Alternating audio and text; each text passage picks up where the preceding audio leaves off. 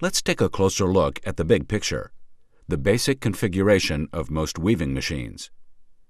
The basic functions of a loom are shedding, filling insertion, bead up, and warp control.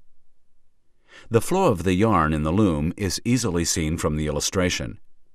The weaving process starts with the sized yarn coming off the loom beam in a single sheet or layer of yarn. The yarn then proceeds over a tension or whip roll that is designed to maintain a constant level of tension on the warp yarns throughout the entire weaving cycle. Each yarn then travels through its own drop wire that serve as stop-motion detectors. When yarn tension drops too low, or when the yarn breaks, the metal drop wire will complete an electric circuit and the loom will stop. Next, each warp yarn then passes through its own heddle that is suspended in the harness. The heddle has an eye through which the yarn passes and allows for exact control of each yarn. The harnesses control the raising and lowering of the warp yarns. The yarns then proceed through the dents of the reed. The reed is a comb-like device that maintains the position of the warp yarns as well as performing the beading up of the filling yarn into the body of the cloth.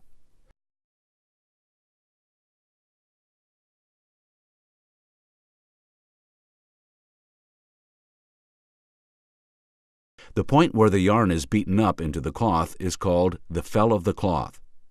This is the transition point where the yarn becomes fabric.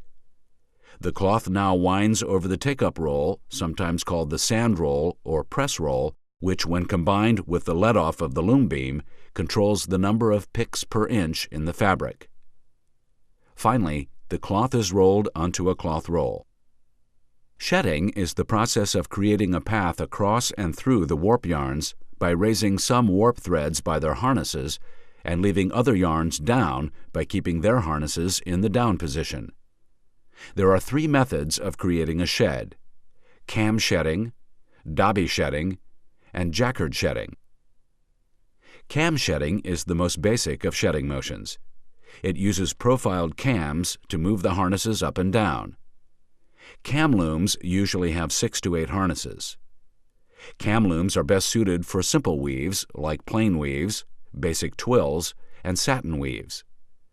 Pattern changes require changing the harness cams, which is a simple process.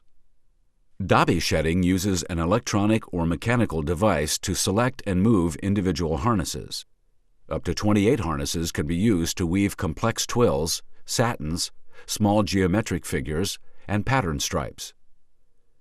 The jacquard head motion is the most complex shedding system.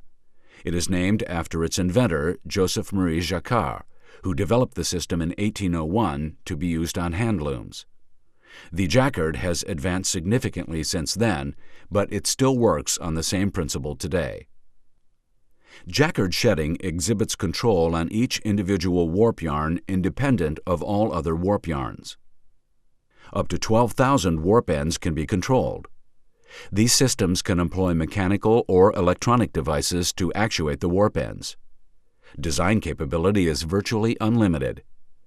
Pattern areas can equal the width of the fabric and are almost unlimited in the length. Fabrics made on jacquard looms are normally more expensive because of their complexity and slower weaving speed. There are no harness frames on this style of loom. Each end is activated independently, being controlled by its own harness cord from the jacquard head.